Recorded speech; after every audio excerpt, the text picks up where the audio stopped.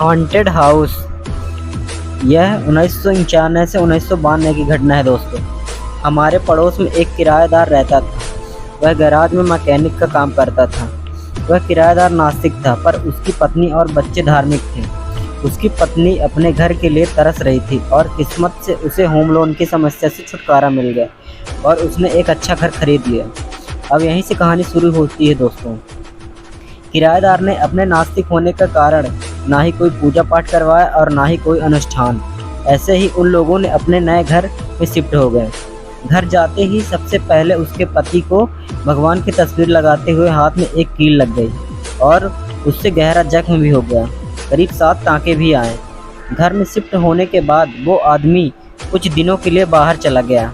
जब वह वापस आया तो उसके साथ अजीबोगरीब चीज़ें होने लगीं। रात को कभी कभी ऐसा लगता था कि कोई उधर से गुजर रहा है और सीढ़ियाँ चढ़ रहा है, और कभी कभी ऐसा लगता है कि उनके बिस्तर पर उनके बगल में कोई सोया है। पर जब वह अपनी आंखें खोलकर देखता तो वहाँ कोई नहीं होता। तो 2-3 महीने बीत जाने के बाद एक दिन कुछ और हुआ। उनकी तबीयत अचानक बिगड़ गई। उन्हें अस्पताल ले जाया गया, लेकिन सभी रिपोर्ट समान आई। बाद में उन्होंने अपनी पत्नी से कहा कि वह बहुत बेचैन महसूस कर रहे हैं और वह अपना दिमाग खो रहे हैं। उन्होंने अपनी पत्नी से कहा, मुझे नहीं पता कि मुझे अक्सर रोने का मन क्यों करता है। एक आदमी बिना किसी भी कारण के क्यों रोना चाहेगा, और पता नहीं क्यों मुझे ऐसा लग रहा है कि मैं अनाथ हो गया हूँ और सब मुझे छोड़कर जा रहे हैं। इससे मुझे रोना आता है। उसकी पत्नी ने कहा, तुम किस बारे में बात कर रहे हो? सब कहाँ जा रहे हैं? आप ऐसी बातें क्यों कर रहे हो? वक्त निकल गया। धीरे धीरे परिवार के सभी सदस्य उदास और खामोश रहने लगे। एक दिन एक तांत्रिक वहाँ से गुजर रहा था और बच्चे बाहर खेल रहे थे। अचानक वह दरवाजे के पास आकर खड़ा हो गया और बच्चे को कुछ देर देखकर उससे कहा, बच्चों जरा अपनी माँ को तो बुलाना। बच्चों ने अंदर जाकर माँ से कहा कि बाहर कोई तुमसे मिलने आया है और तुम्हें बुला रहा है। बच्चे की माँ को देखकर तांत्रिक बोला, बेटा अपने बच्चे का ख्याल रखना, इसके साथ कोई अनहोनी होने वाली है।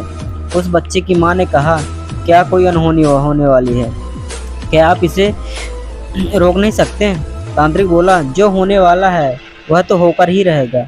मैं इसे रोक नहीं सकता, लेकिन जितनी जल्दी हो सके इस घर को छोड़कर देर या घर पर गायत्री मंत्र और दुर्गा सप्तमी का 9 दिनों तक जाप करें, अन्यथा आपको यहाँ पर शांति नहीं मिलेगी और आपके साथ कुछ भी बुरा हो सकता है।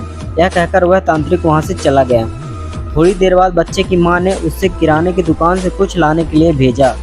वह दुकान जो सड़क के उस पार थी, इसलिए जब बच्चा सामान लेकर वापस आ रहा था तो उसका किसी स्कूटी से एक्सीडेंट हो गया। उस बच्चे की किस्मत अच्छी थी कि उसको सिर्फ 7 ही टाँके आए। जब से वह तांत्रिक कहकर गया था तब से सारे घर में डर फैल गया था। जब भी उसकी पत्नी घर में पूजा पाठ का नाम लेती तो उसका पति उसके लिए मना कर देता। उसकी पत्नी की स्थिति एक तरफ कुएं और दूसरी तरफ खाई जैसी हो गई थी। एक दिन उनके घर उनके कुछ रिश्तेदार उनसे मिलने आए जो भजन कीर्तन में लीन रहते थे। जब वो लोग वापस जाने लगे तो बोले कि तुम जल्दी से यह घर छोड़ दो, नहीं तो कुछ भी हो सकता है। हमें यहाँ अच्छा नहीं लग रहा है। फिर कई लोगों ने सलाह मशवरा करने के बाद वह उस घर को छोड़कर चले गए।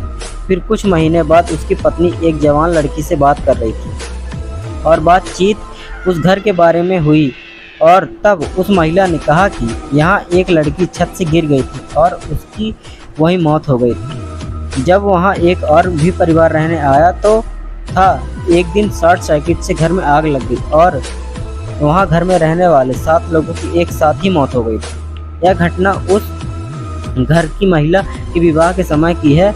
इस घटना में 7 नवंबर का रहस्य क्या था वो समझ में नहीं आया, लेकिन इस घटना में एक बात सच है कि बिना मुहूर्त या पूजा पाठ के महत्वपूर्ण कार्य नहीं करना चाहिए।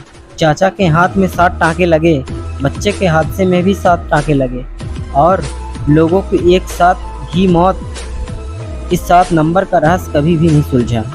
तो दोस्तों, आपको यह कहानी कैसी लगी हमें कमेंट पर ज़रूर बताएं, और आपको कैसी कहानियाँ सुनना पसंद है ये भी हमें कमेंट पर जरूर बताएं। मेरे all in one story channel को लाइक एंड सब्सक्राइब कर दीजिए दोस्तों। Thank you so much.